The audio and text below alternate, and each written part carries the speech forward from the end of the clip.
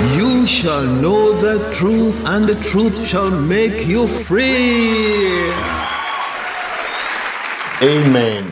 Good morning to you. I trust you are good this morning. Praise the Lord. Weekend, I believe, was fine. We are sharing truth this morning on recipe for shining better, shining brighter by the grace of God. And this is coming from John chapter 5, 31 to the end. You are warmly welcome to the Really Knowing God channel. I'm Pastor Lanre Adenekan. This channel is put together to inspire and to inform you into a richer knowledge of God, a deeper knowledge of God by the grace of God. And everything is being powered by the Pastor Lanre Adenekan Center for Inspiration, the place.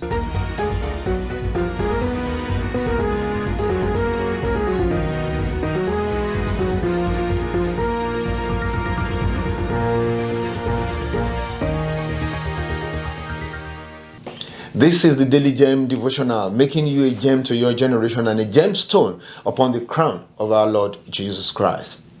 If you are done with spiritual chocolates and now you want the balanced diet, this is the place to be. We want to pray. Father in heaven, we give you thanks, Lord, as we come together this morning to share again with your people. We trust to God Almighty that it's going to be a wonderful time together in your presence in the name of Jesus Christ, and will not be hearers alone, but doers also of the word. Thank you, Heavenly Lord. In Jesus' mighty name we pray. Amen. Okay, we go on to John 5:31, I believe. Jesus was talking. If I bear witness of myself, my witness is not true. There is another who bears witness of me, and I know that the witness which he witnesses of me is true. You are sent to John, and he has borne witness to the truth. Yet I do not receive testimony from man, but I say these things that you may be saved. He, John, was a burning and shining lamp, and you were willing for a time to rejoice in his light. But I have a greater witness than John's, for the works which the Father has given me to finish, the very works that I do, bear witness of me that the Father has sent me. And the Father himself who sent me has testified of me. You have neither heard his voice at any time nor seen his form, but you do not have his word abiding in you, because whom he sent, him you do not believe. You search the scriptures, for in them you think you have eternal life, and these are they which testify of me, but you are not willing to come to me that you may have life. I do not receive honor from men. I know you, but I know you that you don't have the love of God in you. I have come that in my Father's name, and you do not receive me. If another comes in his own name, him you will receive. How can you believe who receive honor from one another, and do not see the honor that comes from God only? Do not think that I shall accuse the Father. That's one that accuses you, Moses, in whom you trust. For if you believe Moses, you will believe me, for he wrote about me. But if you don't believe his writings, how will you believe my words? Amen. Let's try to take it to the end. Going back to 31 where we started from now, Jesus says, if I bear witness of myself, my witness is not true. There's somebody else who bears witness of me, and I know that his witness is true. Amen. He was just trying to say that God himself bears me witness. If I am the one bearing myself witness, then it's not valid. That because the Bible says from the Old Testament, by the mouth of 2 or 3 witnesses, things shall be established. Well, not you witnessing yourself. That's what he was trying to say there, which they understood. The people that he was addressing, they understood all that, because they depended upon 2 external, if you like to use the word, witnesses. Let's just go on. You send to John bore witness. I do not receive testimony from man, but I'm just saying these things that you may be saved. He now said something in 35. It was a burning and shining lamp. You were willing for a season to rejoice in his lamp. I would like to talk about that actually. It says, talking about John, it said John was a lamp or a light, if you like. And the Bible says, if you remember in the book of Matthew, that we are actually lights in this shining lights in this dark world, in the darkness of this world. It was talking about John being a burning and shining lamp, and I like something there. The degree of burning inside determines the amount of light that comes forth. That's very, very true. If you see all kinds of lights, some of them with varying intensity, is because of the burning of the fuel inside, whatever the fuel may be now. At times it's some gas, it's some fuel. These days is some electrons jumping here and there, and a couple of other microatomic particles jumping here and there, creating light, whichever type it may be, is the degree of burning or activity inside that will determine the amount of light outside. And I think it says something to a child of God.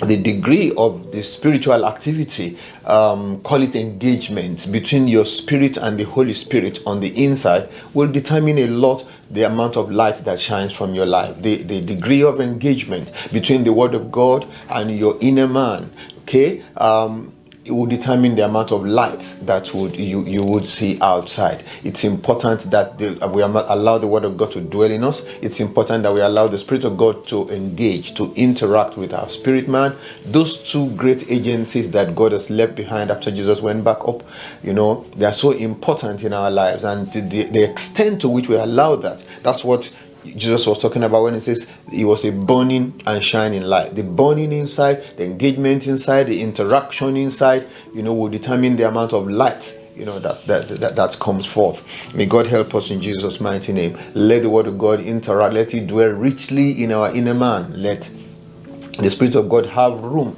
in our inner man, in our lives, and thereby produce a greater light than probably have at this point in time. I have greater witnesses than John's.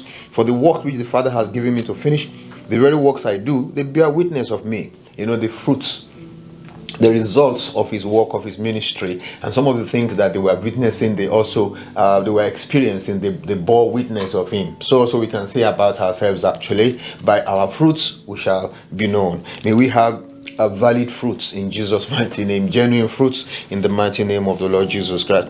It says that nobody has heard, you haven't heard the voice of God, you haven't seen any form, but you do not have his word abiding in you. I was just talking about the word abiding in us a couple of minutes ago. It says you don't have the word abiding in you. Search the scriptures. You think you have life in them, but and they testify of me, but because you are not willing to come to me, you are not going to get that life. Now, this is a very, very important statement.